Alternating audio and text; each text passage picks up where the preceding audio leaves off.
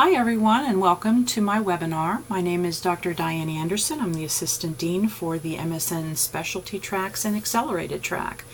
My webinar today will be on concept mapping, talk a little bit about what are they and how do I create one. So the question here is, what is a concept map? And the best way that I can see to illustrate what a concept map is to use a concept map to illustrate this. So the basic definition of a concept map is a diagram that depicts suggested relationships between concepts. The concept map will begin with a main idea or concept and then branch out to show how that main idea can be broken down into specific topics. So what does all of this mean and how do we construct one?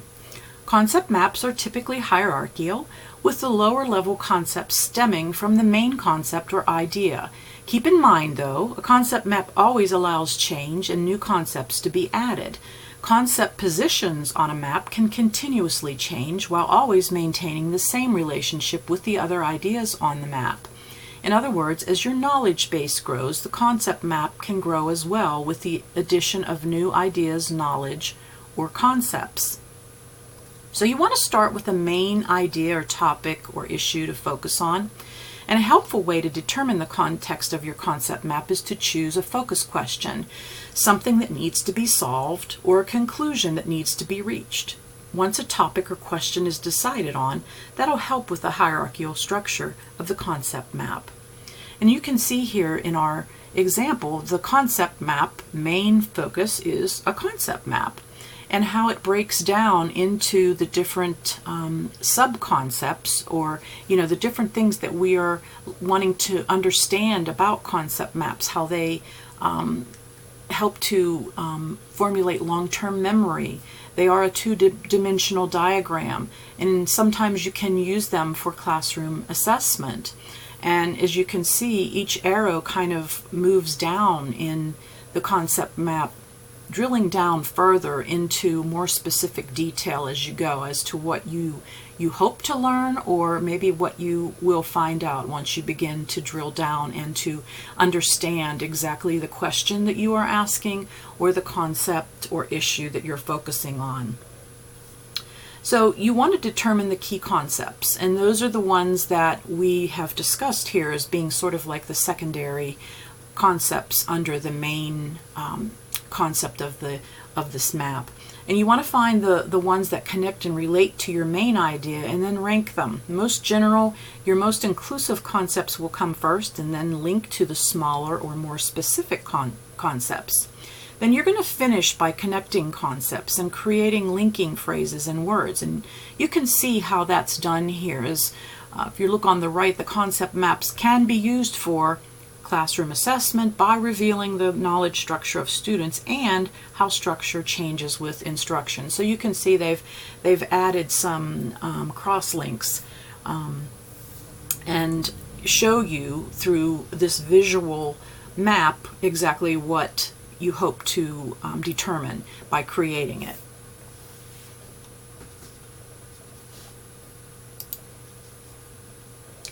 So did you know the brain processes visual 60,000 times faster than it processes text?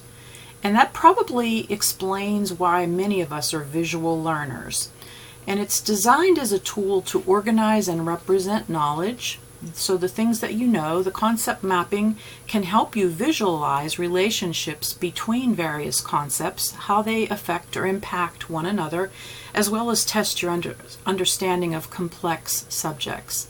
By thinking through and visually representing relationships between ideas, it helps you to form these mental connections and will also reinforce better retention of this new knowledge.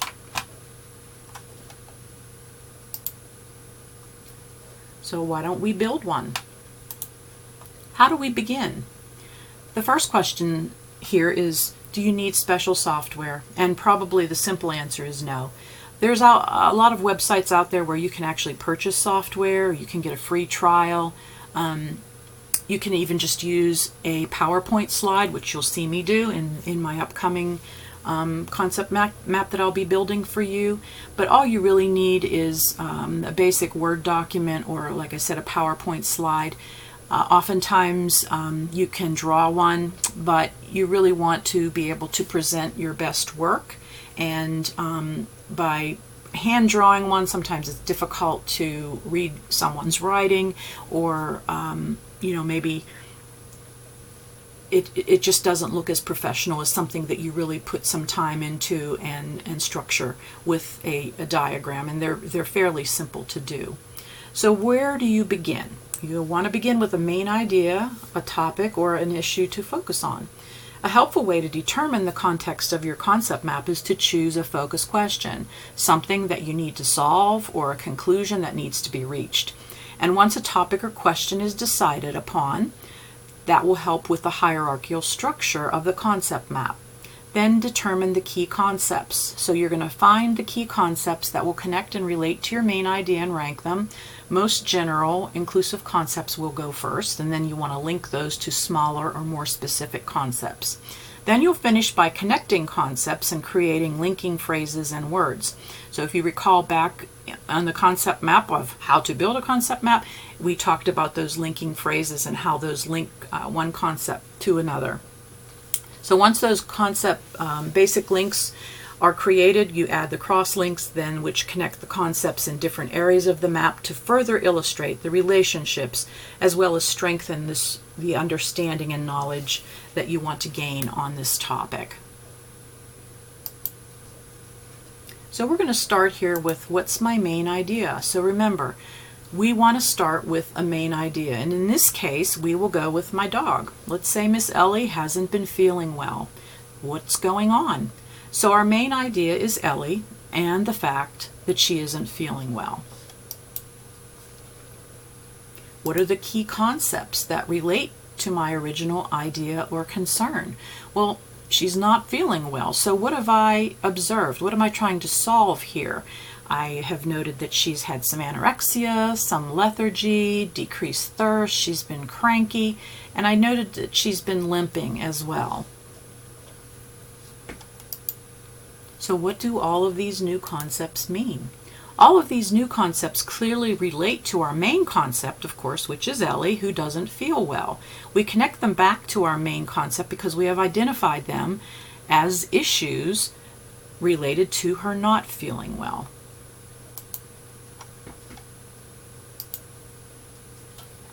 So what's going on? So now we're going to start to think about these secondary concepts and how do they relate to each other as well as our main concept. And as you can see here, once you begin thinking about your issue and narrowing down, trying to solve the issue, and then this also helps you to organize your thoughts on how all of these concepts will impact one another, you can see that this can easily be added to. So I had a lot of things going on here. And with anorexia, with dogs, could it be obstruction? Why is she lethargic? Is it because of dehydration, or maybe the fact that she's not eating well? If she's not drinking water, what's going on there? Could it be pain? She's cranky. Could that be regarding the pain that she's perhaps having, or maybe because she's dehydrated or lethargic? And then, of course, she's limping. So all of these things, as you can see, kind of can be related to one another. It's also noted here that she's got a swollen toe. So my question is, are you getting the picture? As I've demonstrated with this little concept map, the linking of concepts do truly demonstrate visually how each of these concepts can potentially impact one another.